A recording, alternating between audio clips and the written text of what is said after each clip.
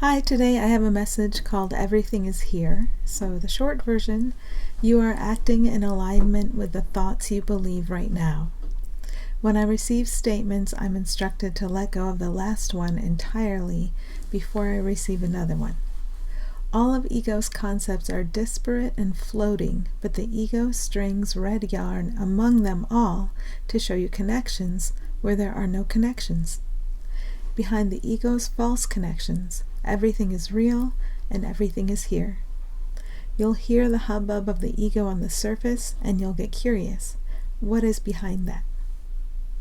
Okay, so back to you are acting in alignment with the thoughts you believe right now. So you can take all judgment, positive or negative, off of any of the actions you seem to do and any of the actions anyone else seems to do, because it's just cause and effect. And forget everybody else for a minute. They seem to be acting in alignment with the thoughts we believe about them, but forget that for a minute. If you're just looking at the actions you believe, that this you that you're looking at, and you see a body and a personality with a past and a beginning and an end. You don't know the end yet, but you think there's an end, and you think that's you. And whatever this body seems to do, there's a cause and effect. You're perceiving it, and the cause is the thoughts you're believing right now. That's why it's important to examine them, and the effect is what you seem to do. One of the things we can believe is, I can change my actions, and I can, but if I effort toward a perception of having changed my actions without changing the thoughts, there's a lot of effort and strain there, a lot of thinking, and a not good feeling I have means that I do need my perception corrected, and what I see is my actions are my perception. So if I look at the thoughts and I get the thoughts corrected, then the actions follow that. The perceived actions are just a perception, are connected to that.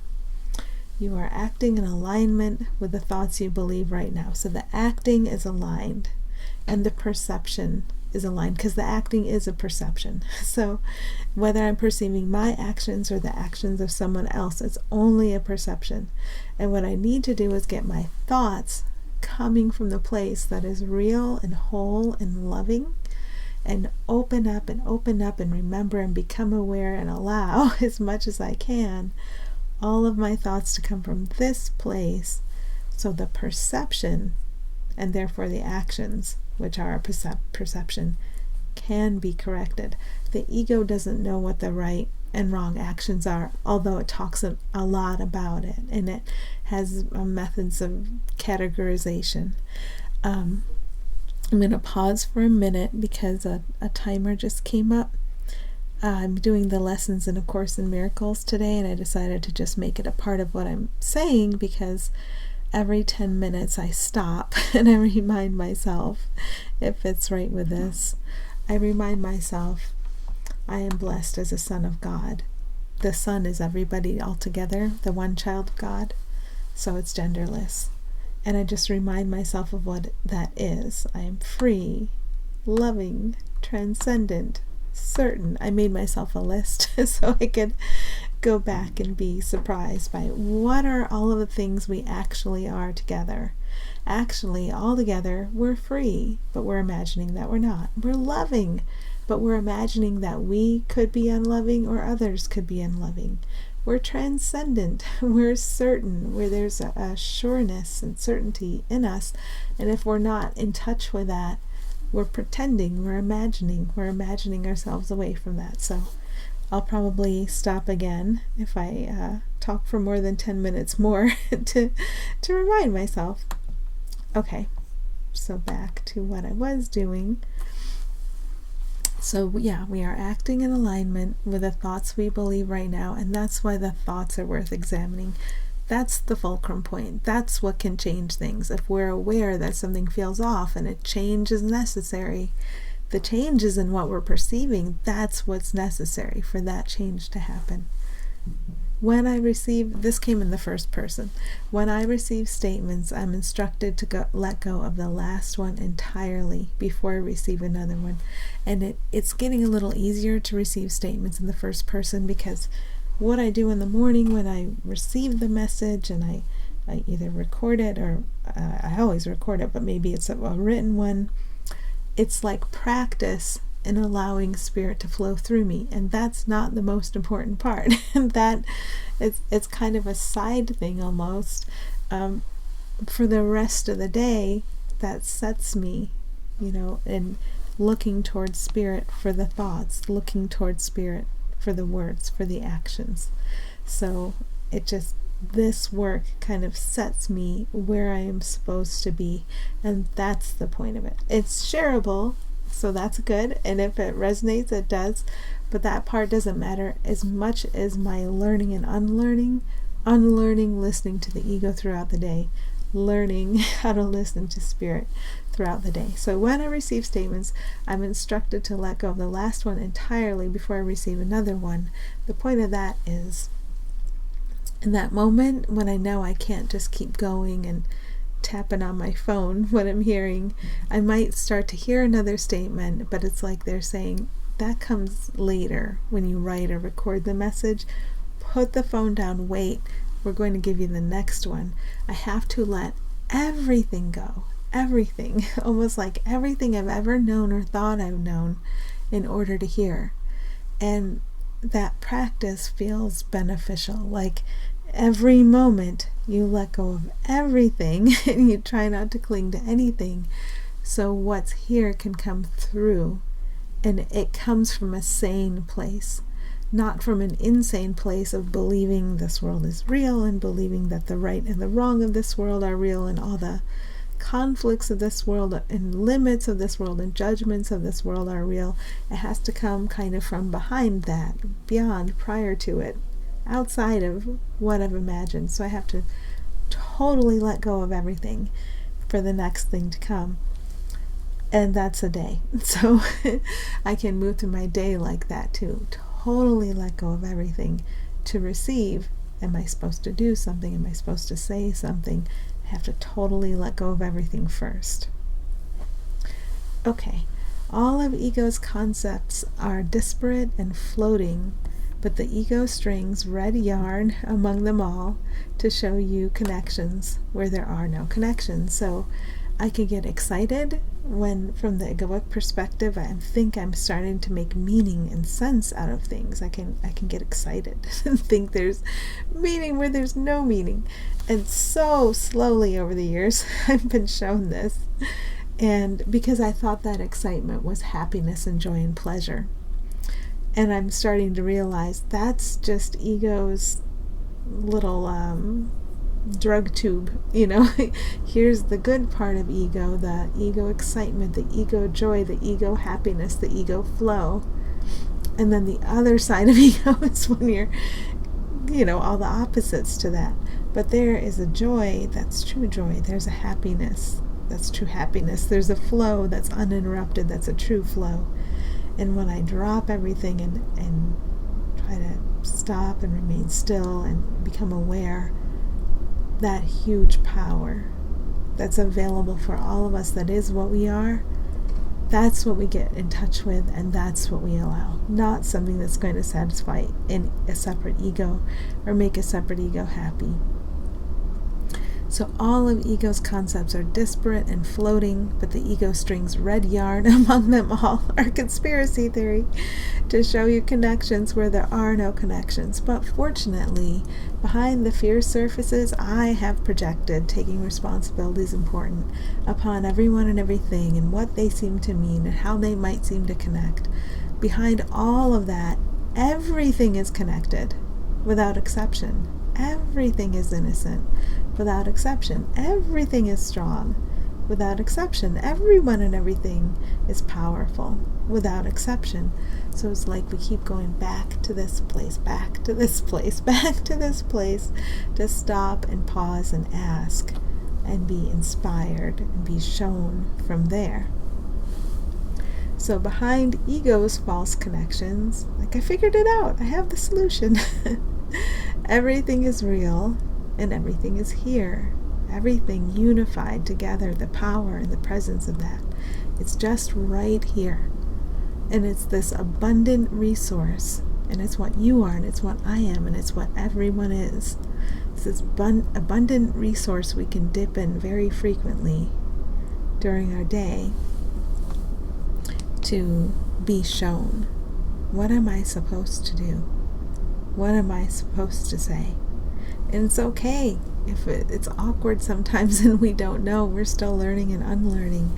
We were in a very old entrenched pattern, and we're coming out of that, and we're learning a new resource is here for us. A very clean, beautiful, loving resource. It's here for us and everyone in every single moment.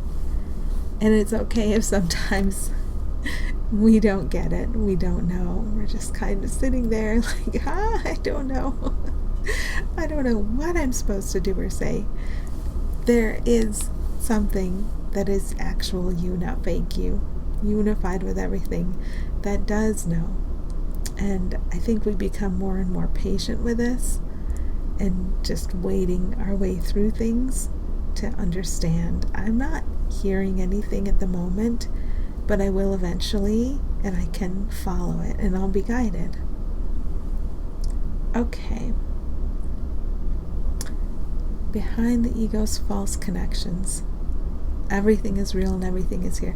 So any definition or idea I'd be attached to, and I would be maybe feel an overexcitement about trying to explain or impose upon someone, or maybe feel an overexcitement about trying to defend or shout out from the mountaintop.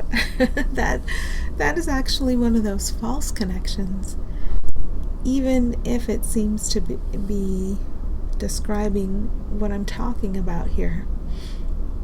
Because the ego can try to take over any concept and weave it into its conspiracy theory. Even if it's a concept, it sounds like a very sane concept about wholeness. The ego, we can feel it when the ego tries to grab one and weave it into its red yarn conspiracy theory of, I know, and I'm going to teach you, or I'm going to impose it upon you, or I need you to listen to me, and I'm the one who's right. Everyone is returning to knowing together. So knowing is prior to and beyond time and space. We share knowing. And here, time and space is a place where we deny what we know together, which is hard to express in words, so I won't even really try. What I could talk about in words is the journey back and how that seems to happen and what we seem to wake up to. Our feelings will not lie to us. So when I'm getting emphatic about trying to make a point, it's also the point where I need to relax out of that, because that's the point where ego's rising up and trying to take charge of a concept. And to be in that openness where I know what to say and what to do, or I'm being told. We're always being told what to say and what to do. It's just, is it ego telling us or is it spirit telling us? And we know by how we feel. So feeling's so important. Okay, another 10 minutes has gone by. So I'm going to remind myself that I am blessed as a son of God, or as a child of God, if you prefer.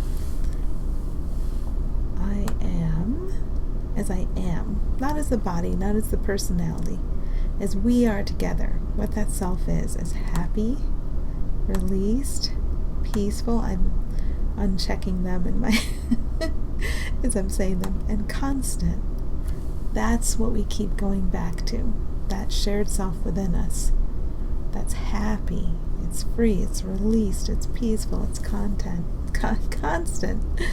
and it doesn't change. That's what's reliable. From there can come any information about what's supposed to be said or what's supposed to be done. So it's just practice to keep tuning in there instead of to this either like depressed, heavy, or overexcited, jittery voice of the ego that thinks it knows. If you know you don't know, if you know knowing is prior to and beyond this experience of time and space, and you're just open and you know you need to be told, you know that much, and you know, you remember, you're aware that you need to be guided, then we're in this open place where what is truly sane, the sanity that we all share, not the insanity that would seem to belong to a specific personality, that sanity, that shared sanity, can tell us what to think, what to say, and what to do. We want everything coming from that place. Okay, you'll hear the hubbub of ego on the surface. The ego's always on the surface, and you'll get curious. What is behind that? So, in those moments where we realize, we feel, we're tuned in to the egoic level, where voices seem to be saying, this is this, and that is that, and and I want this, and I don't want that, and defining, and judging, and analyzing, and I'm never going to find sanity there. Ego would tell me if I get over into this one sane area of time and space, away from that insanity over there that other people are engaging in, right? Then I'll be good. But our sanity is actually the real thing. It's shared. It's here. It belongs to our being, our shared being. And it's here, and it's loving, and it's loved, it's lovable, it's what we are. So we don't have to try to make the body or the personality loved or lovable. They're just illusions that spirit can use to convince us to leave our illusion, to walk through and out of the illusion, the confusion of the illusion. So during our day, we can become aware of this chatter of ego in our minds. Maybe it seems like other people are doing it. That's still in our mind. And we can remember underneath this is a stable and shared self. So one of the things A Course in Miracles tells us to ask is, what should I do for your Holy Son? You know, when we're thinking of anyone, is there anything we're supposed to do? And the ego has a lot of defenses in place to prevent our asking this and our hearing the answer. So I'm just opening that up. What should I do for this one, your holy child? And that we just ask that throughout the day. And then we can be told what to say. Ego's going to tell you know what to say. We can be told what to do. Ego is going to tell you already know what to do. But if I remember from my sanity, from my love, that I don't yet know what to say, and I don't yet know what to do, but I can be told, then I can be told. Then that's a possible experience for me. So that is where I will focus today, and wishing you happy healing. Thank you.